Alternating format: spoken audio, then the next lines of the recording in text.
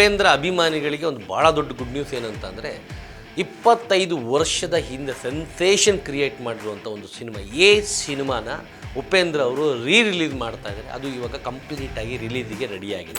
ದೇವರಿಗೆ ಬೈಯೋ ಒಂದು ಪಾತ್ರ ಆಗಿರಲಿ, ಆ ಥರ ಒಂದು ಧೈರ್ಯ ಮಾಡುವಂಥ ಒಂದು ಕಲಾವಿದ ಆಗಿರಲಿ, ಮೋಸ್ಟ್ಲಿ ಯಾವ ಸಿನಿಮಾಗಳನ್ನ ನೋಡೋದು ತುಂಬ ಕಡಿಮೆ. ಯಾಕಂದರೆ ಆ ಒಂದು ಭಯ ಭಕ್ತಿ ಇರುತ್ತೆ. ಬಟ್ ಆದರೆ ಗಣೇಶನ ಎದುರುಗಡೆ ಗನ್ ಹಿಡ್ಕೊಂಡು ಕೂತ್ಕೊಂಡು ಗಣೇಶನೇ ತೊಗೊಳೋ ಬಾವಿಗೆ ಹಾಕಿ ಸಿನಿಮಾ ಪೋಸ್ಟ್ರಲ್ಲಿ ಒಂದು ಅನ್ನೋದು ಹೇಗೆ ದೊಡ್ಡದಾಗಿ ಹಾಕಿರ್ತಾರೋ ಹಾಗೆ ಕೆಳಗಡೆ ಒಂದು ಹಾಕಿರ್ತಾರೆ. ಇದು ಕಡ್ಡಾಯವಾಗಿ ಬುದ್ಧಿವಂತರಿಗೆ ಮಾತ್ರ.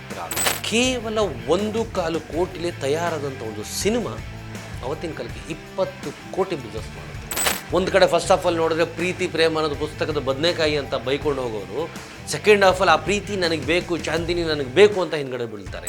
ಅಂತ ಸಿನಿಮಾ ಅಂತ ಅಂದರೆ ಅದು ನೋಡೋರ ದೃಷ್ಟಿಲಿ ಅವತ್ತಿನ ಕಾಲದಲ್ಲಿ ಕೆಟ್ಟ ಸಿನಿಮಾಗಳು. ಈ ವರ್ಷ ಸಾಕಷ್ಟು ಸ್ಟಾರ್ಗಳ ಸಿನಿಮಾಗಳು ಬರದೇ ಇದ್ರು ಕೂಡ ಎಲ್ಲೋ ಒಂದು ಕಡೆ ನಮ್ಮ ಹಳೆಯ ಸಿನಿಮಾಗಳು ನಮ್ಮನ್ನು ರಂಜಿಸ್ತಾ ಇದ್ದಾವೆ. ನಮಸ್ಕಾರ ಸ್ನೇಹಿತರೆ, ನೀವು ನೋಡ್ತಾ ಇದ್ದೀರಾ ಸ್ಪೀಡ್ ಪ್ಲಸ್ ಕರ್ನಾಟಕ. ನಾನು ಸಂದೀಪ್ ಕುಮಾರ್.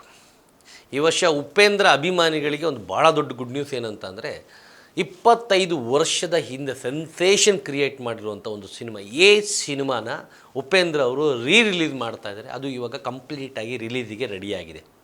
ಸೊ ರೀಲಲ್ಲಿ ಶೂಟ್ ಮಾಡಿದಂಥ ಸಿನಿಮಾ ಅವತ್ತಿನ ಕಾಲಕ್ಕೆ ಇವತ್ತು ಡಿಜಿಟಲಲ್ಲಿ ಕನ್ವರ್ಟ್ ಮಾಡಿ ಏನೇನು ಬೇಕು ಎಲ್ಲ ರೀತಿಯ ಒಂದು ಅಪ್ಗ್ರೇಡ್ಗಳನ್ನ ಮಾಡಿ ಹೊಸ ರೂಪದಲ್ಲಿ ಸಿನಿಮಾ ಥಿಯೇಟ್ರಲ್ಲಿ ನಿಮ್ಮ ಮುಂದೆ ಬರ್ತಾ ಇದೆ.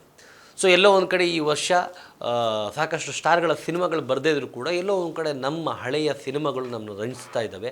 ಒಂದು ಕಡೆ ಅಪ್ಪು ಅವರ ಬರ್ಡೇಗೆ ಜಾಕಿ ರಿಲೀಸ್ ಆಗುತ್ತೆ. ಅದಾದಮೇಲೆ ಇತ್ತೀಚೆಗೆ ಅಂಜನಿ ಪುತ್ರ ರಿಲೀಸ್ ಆಗುತ್ತೆ, ಪವರ್ ರಿಲೀಸ್ ಆಗುತ್ತೆ. ಸೊ ಇವಾಗ ಸಿನಿಮಾ ರಿಲೀಸ್ ಆಗುತ್ತೆ. ಸೊ 25 ವರ್ಷದ ಹಿಂದೆ ಈ ಸಿನಿಮಾ ಮಾಡಿದಾಗ ಸಾಮಾನ್ಯವಾಗಿ ಅವತ್ತಿನ ದಿನ ಒಂದು ಸಿನಿಮಾದ ಸರ್ಟಿಫಿಕೇಟಲ್ಲಿ ಅನ್ನೋದು ಬಿಟ್ಟು ಬಾರ್ ಅಂತ ಬಿದ್ದರೂ ಕೂಡ ಅದನ್ನು ಚಿಕ್ಕದಾಗಿ ಹಾಕ್ಸೋರು. ಯಾಕೆಂದರೆ ಅಂತ ಇದ್ದರೆ ಜನಗಳು ಒಳಗಡೆ ಬರಲ್ಲ ಅಂತ.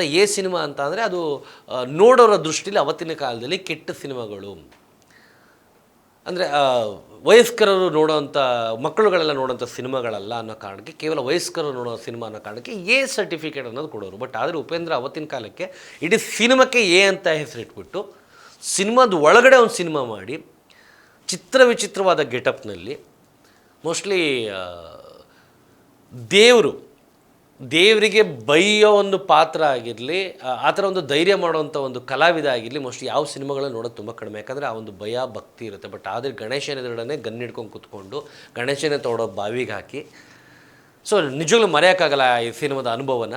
ಆ್ಯಂಡ್ ಅದರಲ್ಲೂ ಕೂಡ ನಿಮಗೆ ಸಿನಿಮಾ ಪೋಸ್ಟ್ರಲ್ಲಿ ಒಂದು ಅನ್ನೋದು ಹೇಗೆ ದೊಡ್ಡದಾಗಿ ಹಾಕಿರ್ತಾರೋ ಹಾಗೆ ಕೆಳಗಡೆ ಒಂದು ಹಾಕಿರ್ತಾರೆ. ಇದು ಕಡ್ಡಾಯವಾಗಿ ಬುದ್ಧಿವಂತರಿಗೆ ಮಾತ್ರ ಅಂತ.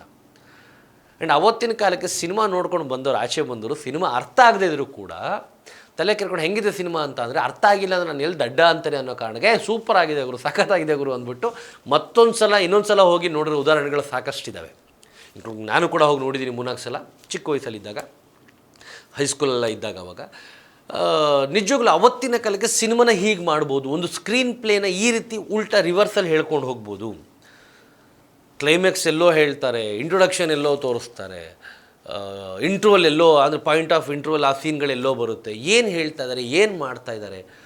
ಒಂದು ಕಡೆ ಫಸ್ಟ್ ಆಫ್ ಆಲ್ ನೋಡಿದ್ರೆ ಪ್ರೀತಿ ಪ್ರೇಮ ಅನ್ನೋದು ಪುಸ್ತಕದ ಬದನೆಕಾಯಿ ಅಂತ ಬೈಕೊಂಡು ಹೋಗೋರು, ಸೆಕೆಂಡ್ ಹಾಫಲ್ಲಿ ಆ ಪ್ರೀತಿ ನನಗೆ ಬೇಕು, ಚಾಂದಿನಿ ನನಗೆ ಬೇಕು ಅಂತ ಹಿಂದ್ಗಡೆ ಬೀಳ್ತಾರೆ.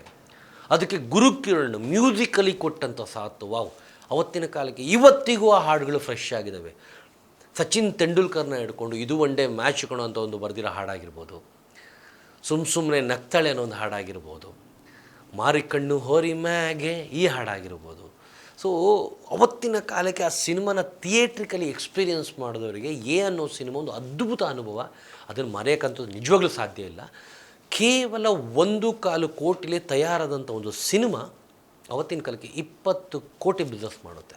ಜಸ್ಟ್ ಇಮ್ಯಾಜಿನ್, 25 ವರ್ಷದ ಹಿಂದೆ ಟಿಕೆಟ್ ಬೆಲೆನೇ 25 ರೂಪಾಯಿ, 30 ರೂಪಾಯಿ, 40 ರೂಪಾಯಿ. ಇದು ಇನ್ಕ್ಲೂಡಿಂಗ್ ಗಾಂಧಿ ಕ್ಲಾಸ್ ಅನ್ನೋದಿತ್ತು ಅವತ್ತೇ ನಿಮಗೆ 20 ಕೋಟಿ ಬಿಸ್ನೆಸ್ ಅಂದರೆ ಮೋಸ್ಟ್ಲಿ ಅದು ಇವತ್ತಿನ ಕಾಲಕ್ಕೆ ಸುಮಾರು 200-250 ಕೋಟಿ ಬಿಸ್ನೆಸ್ಸಿನ ಸಿನಿಮಾ.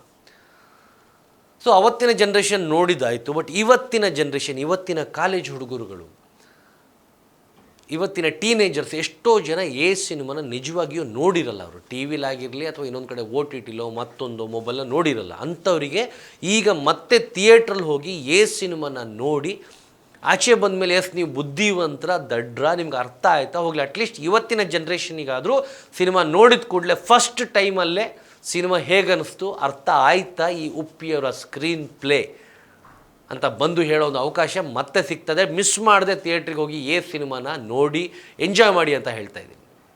ನೋಡ್ತಾ ಇರಿ speed plus Karnataka. Speed plus Karnataka.